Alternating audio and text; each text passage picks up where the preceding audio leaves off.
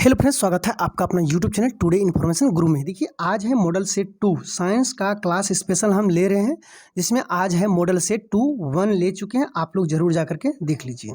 पहला सवाल है, प्लाज्मोडियम परजीवी है, देखिए मलेरिया रोग का। अब देखिए बताते हैं, मलेरिया रोग जो होता है मच्छर के काटने से होता है, ठीक है। और मच्छर में क्या पाया जाता है? प्लाज्मोडियम। जो संक्रमित मच्छर होते हैं उसमें क्या पाया जाता है? प्लाज्मोडियम।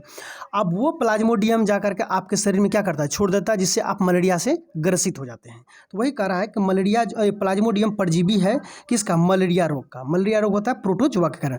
आगे चलते हैं, पोजिट्रॉन किसका प्रतिकण है? ठीक है, तो पोजिट्रॉन इलेक्ट्रॉन का प्रतिकण है। क्योंकि पोजिट्रॉन के ऊपर जो होता है वो धन आवेश होता है, ध्यान दीजिएगा, और इलेक्ट्रॉन के ऊपर क्या होता है? ऋण आवेश होता है। तो आप सोचिए उल्टा किसका हुआ? ऋण का उल्टा क्या होता है? धन, और धन का उल्टा क्या होता है? ऋण। तो आप ही सोच लीजिए कि पोजिट्रॉन का प्रतिकण कौन हो जाएंगे? इलेक्ट्रॉन हो जाएंगे, क्योंकि इसके ऊपर आवेश दोनों को उल्टा होते हैं, ठीक है। पोजिट्रॉन का खोज एंडरसन ने किया, ध्यान रखिए, एंडरसन ने, ठीक है, एंडरसन। और इलेक्ट्रॉन का खोज जे थॉमसन ने किया है। तो दोनों याद रख लीजिएगा। आगे बढ़ते हैं। आगे कहता है कि जड़ के रूपांतरण का उदाहरण है। जड़ का रूपांतरण, जो जड़ का क्या हो गया है? रूपांतरण, यानी मूसला जड़ों का रूपांतरण। तो मूली हो गया, गाजर हो गया, शकरकंद, ये तीनों याद रख लीजिएगा। मूली, गाजर, शकरकंद जो है जड़ का रूपांतरण है। वैसे आपको जड़ का रूपांतरण, तना का रूपांतरण, ये सभी चीज़ों को हम आपको बता देंगे, ठीक है। तो तत्काल इसे याद रख लीजिएगा। इसका एक ट्रिक होता है, जिसे ट्रिक से आप आसानी से याद रख सकते हैं कौन जड़ है कौन तना है। तो जड़ों के रूपांतरण का उदाहरण है, याद रख लीजिएगा, मूली, गाजर, शकरकंद। तत्काल इसे याद रखिए। तने के रूपांतरण का उदाहरण है आलू, अदरक और प्याज। आलू, अदरक और प्याज। आप ही सोचिए, देखिए अदरक, जहाँ प्याज डाले वहाँ अदरक डाले, यहाँ आलू डाले, ये तीनों क्रम से याद रख लीजिएगा, ठीक है। तने के रूपांतरण का उदाहरण है आलू, अदरक और प्याज। आगे बढ़ते हैं। लोहे की मात्रा सर्वाधिक किसमें होता है? पालक में पाया जाता है। यदि ऑप्शन में पालक नहीं रहेगा और फ्रूट में पूछा जाएगा तो सेब याद रखिए, सेब में भी पाया जाता है, दूसरे स्थान पर सेब आता है, ठीक है। तो लोहे की सर्वाधिक मात्रा किसमें होते हैं? पालक में होते हैं। और नहीं, यदि ऑप्शन में पालक दिया हो, कोई फ्रूट व्रूट दिया है, तब उस कंडीशन में सेब मारिएगा। आगे, स्वस्थ शरीर में खून की मात्रा कितना होता है? 5 से 6 लीटर होता है। और महिलाओं में ½ लीटर कम होता है पुरुषों की अपेक्षा। ध्यान रखिएगा, महिलाओं में ब्लड जो होता है पुरुषों की अपेक्षा ½ लीटर कम होता है। यहाँ पूछा स्वस्थ शरीर में खून की मात्रा कितना होता है? 5 से 6 लीटर होता है। आगे बढ़ते हैं। वायुमंडल में ऑक्सीजन की मात्रा संतुलित होता है। देखिए, प्रकाश संश्लेषण में क्या करते हैं? पौधे जो है कार्बन डाइऑक्साइड लेते हैं और ऑक्सीजन छोड़ते हैं, जिसकी वजह से क्या होते हैं? वायुमंडल में ऑक्सीजन की मात्रा संतुलित होते हैं। यदि पौधे ऑक्सीजन नहीं छोड़ेंगे, आप लोग तो हपस करके सबका ऑक्सीजन खा जाइएगा, पता चलेगा सब खत्म हो गया है कि नहीं। तो इसलिए पौधे को रोपना जरूरी है, पौधे जरूर लगाइए, क्योंकि वायुमंडल में ऑक्सीजन की मात्रा संतुलित है। वायुमंडल में ऑक्सीजन की मात्रा 21% होता है, ये भी याद रख लीजिए, is the very very very important है। आगे बढ़ते हैं। कवक का अध्ययन क्या कहलाता है? कवक का अध्ययन माइकोलॉजी कहलाता है, ठीक है। और शैवाल का अध्ययन फाइकोलॉजी होता है, ठीक है। शैवाल का अध्ययन फाइको और कवक का अध्ययन माइको, ठीक है। शैवाल का अध्ययन फाइको, शैवाल का अध्ययन जो है फाइको और कवक का अध्ययन माइको। इसका एक ट्रिक बता देते हैं। सफाई कमाई, सफाई और कमाई, ठीक है। कहने का मतलब आप सफाई तब दे सकते हैं जब आप कमाई कीजिएगा। को से कवक, मो से माइकोलॉजी, सो से शैवाल, फो से फाइकोलो, ठीक है।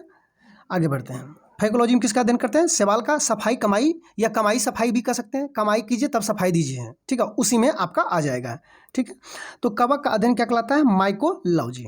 आगे बढ़ते हैं। हड्डियों में मुख्यतः पाया जाता है। देखिए, हड्डियों में मुख्यतः कैल्शियम और फास्फोरस पाया जाता है। कैल्शियम और फास्फोरस नहीं रहेंगे तो हड्डी क्या हो जाएंगे? कमजोर हो जाएंगे। आगे बढ़ते हैं।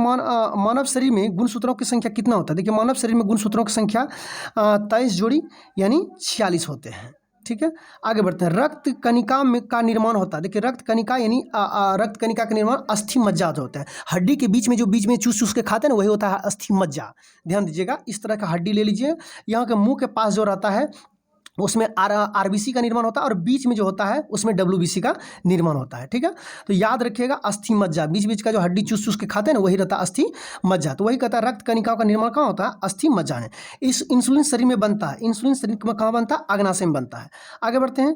आगे कहता है कि पीयूष ग्रंथि पाए जाते हैं। पीयूष ग्रंथि मस्तिष्क में पाए जाते हैं, और पीयूष ग्रंथि को मास्टर ग्रंथि भी कहते हैं। पीयूष ग्रंथि का वजन होता है 0.6 ग्राम, 0.6 ग्राम, याद रख लीजिएगा। आगे हम सवाल चलते हैं, दो प्रमुख वंशानुगुणित रोग क्या है। वंशानुगुणित का मतलब होता है एक पीढ़ी से दूसरी पीढ़ी में, कहने का मतलब आपके दादा पोता दादा को है या दादी को या किसी को है, मतलब वो बीमारी पुनः आप में भी आ गया तो वो समझ लीजिए क्या हो गया, वंशानुगुणित हो गया, यानी पीढ़ी दर पीढ़ी चलते रहता है। आपके खानदान में वो बीमारी है तो कंटिन्यू चलते चला जाता है। और उस बीमारी का वाहक होता है महिला, अब प्रकट होता है पुरुष में। देखिए ऐसा नहीं कि महिलाओं में नहीं होता है, लेकिन अधिकतर प्रकट किस में होते हैं, पुरुष में होते हैं। जैसे हीमोफीलिया ले लीजिए, ठीक है। तो अनुवांशिक रोग का वाहक होता है महिलाएं, अब प्रकट होते हैं ज़्यादातर पुरुष में। तो वही कह रहा है इसमें कि दो प्रमुख वंशानुगत रोग कौन सा है, तो वर्णधता, ठीक है, कलर ब्लाइंडनेस जिसमें लाल और हला नहीं दिखता है, और हीमोफीलिया, ये दो रोग जो है वंशानुगत है। आगे चलते हैं, थायरोक्सिन हार्मोन स्रावित होता है। थायरोक्सिन हार्मोन कहाँ से स्रावित होंगे, थायराइड ग्रंथि से होंगे। सिंपल क्वेश्चन है। मछलियाँ सांस लेती हैं, मछलियाँ जो सांस लेती हैं गिल्स के द्वारा आता है। कहता है ना मछली जल की रानी है, जीवन उसका पानी है, बाहर निकालो मर जाएगी, हाथ लगाओ डर जाएगी।